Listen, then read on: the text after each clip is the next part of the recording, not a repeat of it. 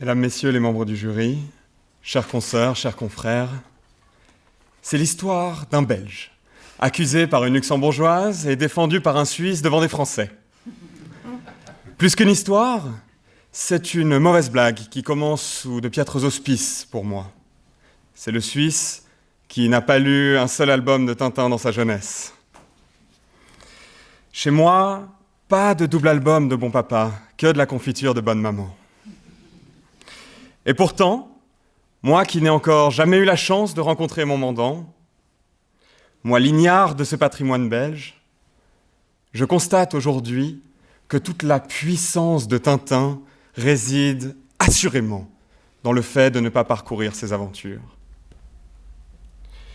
Tous les jours, je remercie mes parents de m'avoir épargné la lecture des aventures de Monsieur Tintin. Comment aurais-je pu, sinon, avoir des rêves qu'un autre n'aurait pas déjà accomplis?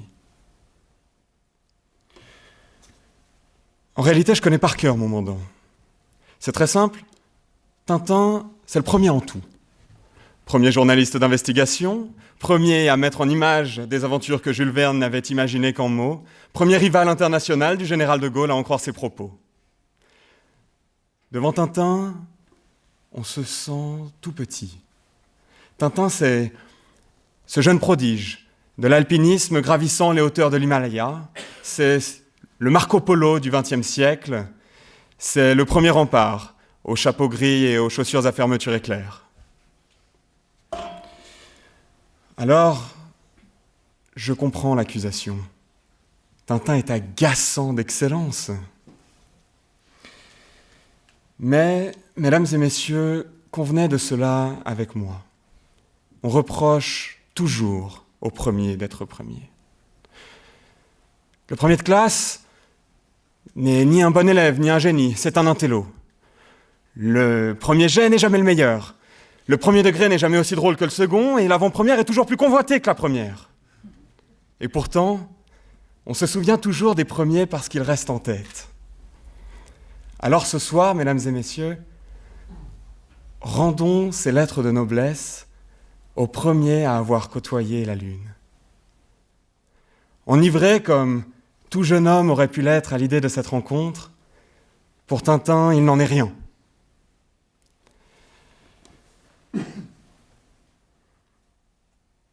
Car oui, malgré cette houppette, vous ne me croirez pas, mais Tintin est asexuel.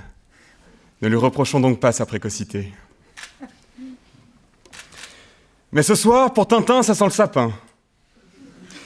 Il affronte à nouveau sa plus vieille ennemie, cette chimère protéiforme qui pourtant prône le conformisme, celle sur laquelle le temps n'a pas d'emprise et qui pourtant est ancrée à chaque page de l'histoire, celle qui se veut tonitruante et qui pourtant nous impose le murmure, la censure. D'abord, elle confronte Tintin à ses travers. Mais de quel tort parle-t-on? S'agit-il de son combat acharné contre la mafia de Chicago? S'agit-il plutôt de sa lutte effrénée contre le trafic de stupéfiants, les marchands d'esclaves, la prolifération atomique?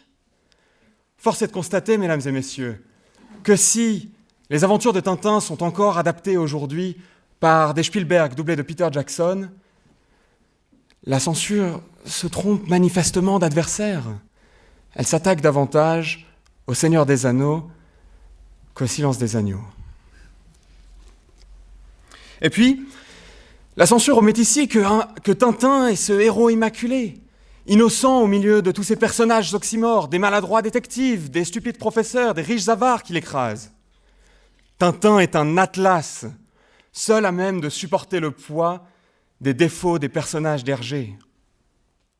Déjà hier, encore aujourd'hui, et toujours demain, les héros seront ceux qui auront la bravoure de faire rempart aux tares de l'humanité. Tintin est ce justicier.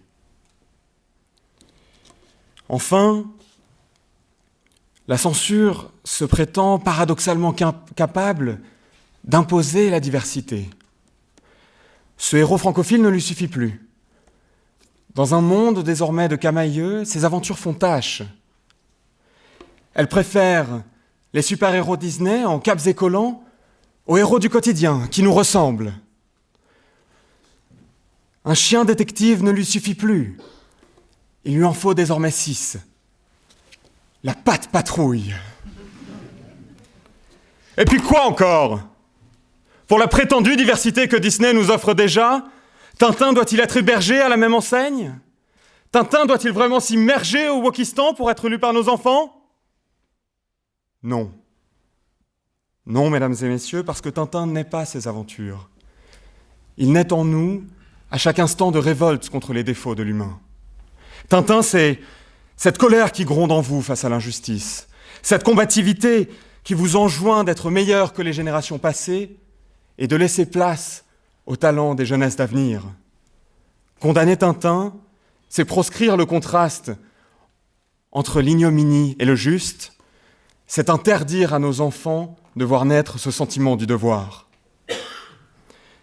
Alors, mesdames et messieurs, je vous le disais, je vous le dis et je vous le redirai. La puissance de Tintin ne réside pas dans ses aventures, mais bien davantage dans le courage, le panache, l'intrépidité qu'il suscite en vous, cette résilience résonante qui sonnera le glas de la censure. Je vous remercie.